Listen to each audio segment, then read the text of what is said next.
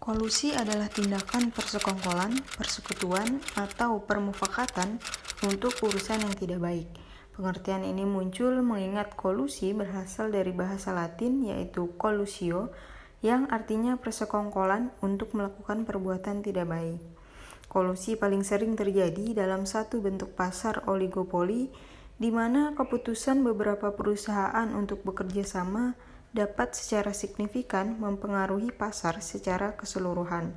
Kartel merupakan kasus khusus dari kolusi berlebihan yang juga dikenal sebagai kolusi tersembunyi. Mengutip situs resmi Komisi Pemberantasan Korupsi atau biasa kita sebut KPK, kolusi merupakan permufakatan atau kerjasama melawan hukum antar penyelenggara negara dan pihak lain yang merugikan orang lain, masyarakat, dan atau negara. Nah, pejabat di sini yang tugas dan wewenangnya dalam melakukan penyelenggaraan negara rawan terhadap praktik KKN, yaitu ada direksi, komisaris, dan pejabat struktural lainnya pada BUMN, pimpinan Bank Indonesia dan pimpinan Badan Penyihatan Perbankan Nasional, pimpinan perguruan tinggi negeri, pejabat eselon 1 dan pejabat lain yang disamakan di lingkungan sipil, militer, dan kepolisian negara RI. Kemudian ada jaksa, penyidik, panitera pengadilan, pemimpin, dan bendaharawan proyek. Lalu, bagaimana jika seseorang melakukan kolusi? Apa sanksinya? Menurut pasal 21 Undang-Undang Nomor 28 Tahun 1999, setiap penyelenggara yang melakukan kolusi akan dikenai sanksi berupa pidana penjara minimal 2 tahun dan maksimal 12 tahun, kemudian denda minimal 200 juta dan maksimal 1 miliar. Lalu apa dan bagaimana cara pencegahan KKN melalui sosial media? Sosial media merupakan salah satu ruang untuk mengajak, mengkampanyekan, atau mensosialisasikan apa itu korupsi, kolusi, dan nepotisme. Dengan terus digaungkannya bahaya KKN bagi kehidupan bangsa, negara, dan anak cucu kelak atau generasi kelak, maka diharapkan para petinggi negara yang rawan terhadap KKN ini bisa melakukan transparansi keuangan negara.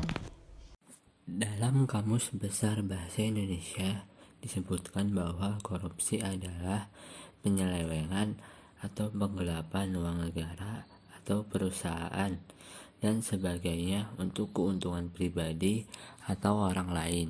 Ada kalanya harta yang diselewengkan pegawai koruptor milik sekelompok orang tertentu, perusahaan, atau harta serikat, dan ada kalanya harta milik semua orang, yaitu rakyat, harta milik negara.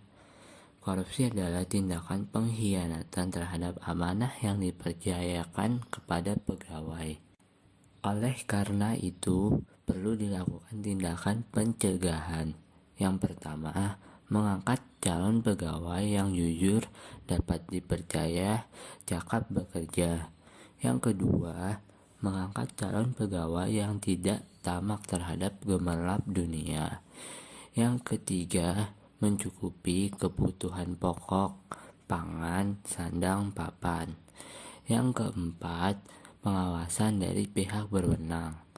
Yang kelima, pencatatan jumlah kekayaan calon pejabat. Yang keenam, pembuktian terbalik bila terlihat harta bertambah dengan cara tidak normal. Pihak berwenang berhak meminta pembuktian terbalik. Yang ketujuh, inspeksi mendadak agar pejabat tersebut tidak menyembunyikan kekayaan yang didapat dari cara haram. Yang kedelapan, pemberian sanksi, mengembalikan uang negara yang diambilnya hingga lunas, karena jika tidak dikembalikan akan menjadi hutang selamanya.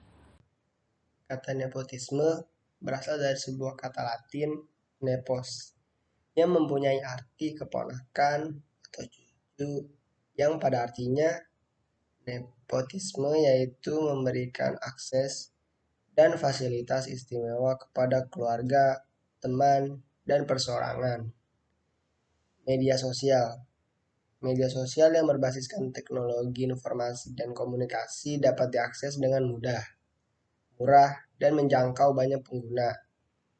Bila dibandingkan dengan media konvensional, maka media sosial lebih efektif dalam menumbuhkan jiwa anti korupsi maupun nepotisme, mencegah pejabat dan pelaku usaha untuk melakukan nepotisme, dan menjadi alat bukti melalui video yang viral di kalangan netizen untuk segera diselidiki dan ditindak oleh aparat penegak hukum.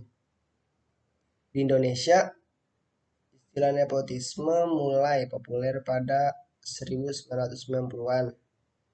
Aktivis mahasiswa yang menuntut Soeharto untuk mengakhiri kekuasaannya memakai istilah korupsi, kolusi, dan nepotisme atau KKN. Tentu saja tidak ada cara yang mudah untuk mengakhiri praktek korupsi maupun nepotisme di Indonesia, karena sudah hadir hampir setiap lini di masyarakat. Oleh karena itu, masyarakat perlu tahu dampak dari perilaku nepotisme. Pada saat yang sama, pemerintah saat ini juga sebaiknya membuat peraturan yang dapat mencegah praktik nepotisme berlangsung di birokrasi pemerintahan.